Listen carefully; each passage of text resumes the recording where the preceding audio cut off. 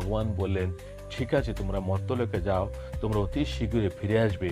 যদি তুমি আমার ভক্ত হয়েই জন্মাও এই মর্ত্যধামের মধ্যে, তাহলে তোমাকে 7 জনম জন্ম মৃত্যুর বন্ধনে পড়তে হবে, 7 বার তোমাকে জন্ম নিতে হবে।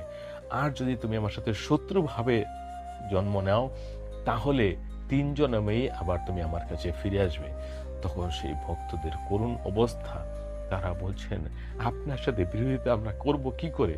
আর আপনার ভক্ত হয়ে 7 জনম এই মর্ত্যলোকের মধ্যে আমরা থাকতে পারবো না। এটা খুবই দুঃসহ ব্যাপার হচ্ছে আমাদের জন্য।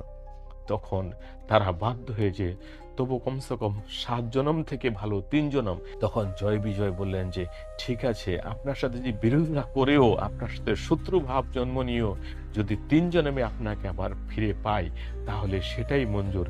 তবু আমরা 3 জন্মে নেব, আমরা শত্রু হয়ে জন্মাবো। তখন ভগবান তাদের আদেশ দিলেন এবং তারা মর্ত্যলোকে এসে